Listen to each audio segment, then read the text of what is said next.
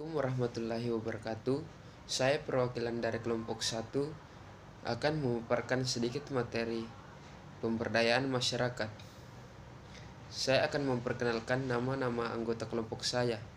Yang pertama, saya sendiri Muhammad Ismail, Nur Wahida, Hasnidar Damang, Afdal Indrawan, Hasrul R. Apa itu pemberdayaan masyarakat?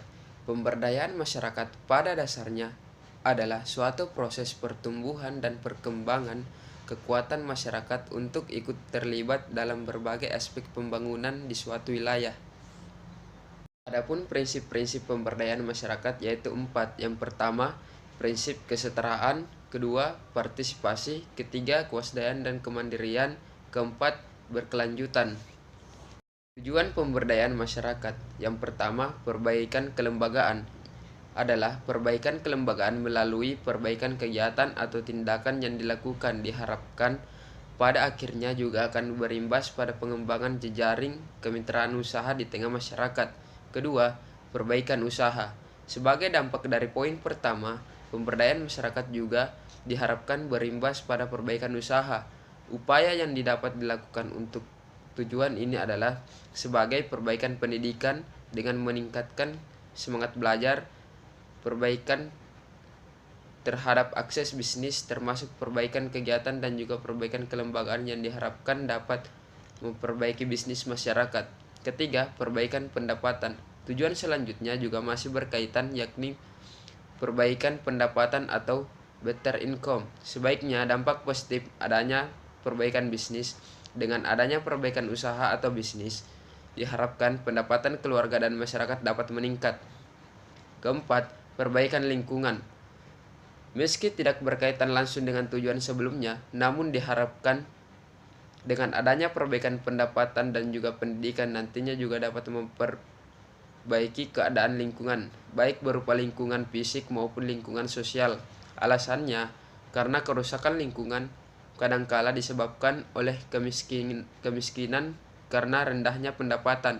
Kelima, perbaikan kehidupan. Tahapan selanjutnya dari tujuan pemberdayaan masyarakat setelah dapat meningkatkan tingkat pendapatan dan keadaan lingkungan yang membaik adalah dapat memperbaiki keadaan kehidupan setiap keluarga dan masyarakat. Keenam, dan yang terakhir, pemberdayaan masyarakat. Perbaikan masyarakat.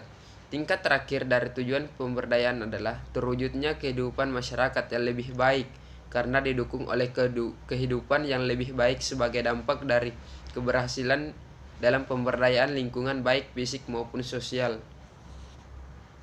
Masyarakat. Yang pertama, tahap persiapan. Ada 2 hal yang perlu dikerjakan dalam tahapan ini, yakni penyiapan petugas tenaga pemberdayaan oleh community worker dan penyiapan lapangan. Persiapan ini dilakukan agar pemberdayaan masyarakat dapat berlangsung secara lancar. Tahap kedua, tahap pengkajian.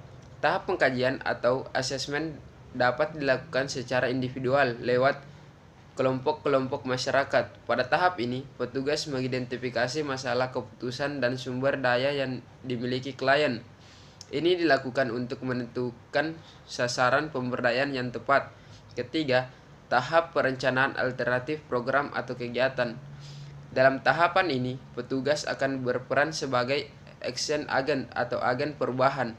Masyarakat diharapkan bisa memikirkan beberapa alternatif program berikut kelebihan dan kekurangannya. Nantinya alternatif tersebut dipakai untuk menentukan program yang paling efektif. Keempat, tahap informalisasi rencana aksi.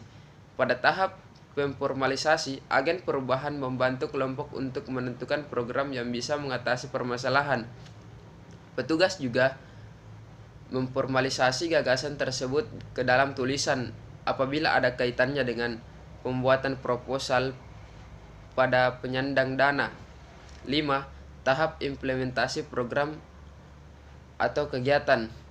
Dalam tahap implementasi, masyarakat harus memahami maksud, tujuan, dan sasaran program untuk menghindari kendala dalam implementasi program. Mereka juga harus bekerja sama dengan petugas. Keenam, tahap evaluasi. Evaluasi merupakan tahap pengawasan dari warga dan petugas program pemberdayaan. Program ini sebaiknya melibatkan warga untuk membangun komunitas pengawasan internal dan komunikasi masyarakat yang lebih mandiri. Tahap ketujuh, tahap terminasi. Pada tahap terakhir, proyek harus berhenti sebab masyarakat yang diperdayakan sudah mampu mengubah kondisi yang sebelumnya buruk menjadi lebih baik. Dengan kata lain, mereka sudah bisa menjamin kehidupan layak bagi diri sendiri dan keluarganya. Masyarakat. Salah satu contoh pemberdayaan yang kami temukan yaitu di desa Jenek Madinding yang dihuni oleh puluhan penjual burasa. Mereka menjual produknya itu di kota Makassar dengan harus menempuh jarak berpuluh kilometer. Setiap harinya, mereka hanya memperoleh 100.000 untuk semua dagangannya yang dijualnya yang mencapai 100 ikat buras. Penghasilan tersebut bukanlah penghasilan bersih, namun mereka masih harus menyisihkan uang modal membeli bahan baku keesokan harinya. Realitas inilah yang mengunggah pelaksanaan untuk melakukan pengabdian masyarakat kepada kelompok usaha burasa yang berdomisili di desa Jenek Madinding. Program ini bertujuan untuk meningkatkan kapasitas mitra untuk lebih berdaya saing tinggi dengan produk-produk kuliner internasional, kuliner tradisional lainnya, serta mendorong mitra untuk menerapkan manajemen usaha yang efektif dan efisien. Metode yang digunakan untuk transfer iptex kepada mitra yakni dengan metode pelatihan partisipatif dengan melibatkan sebanyak mungkin peran serta mitra dalam kegiatan ceramah, diskusi, dan praktek. Setelah mitra mengikuti rangkaian pelatihan, mitra telah mampu menghasilkan produk burasa yang lebih berkualitas dari segi daya tahan produk, rasa, dan kemasan serta higienitas.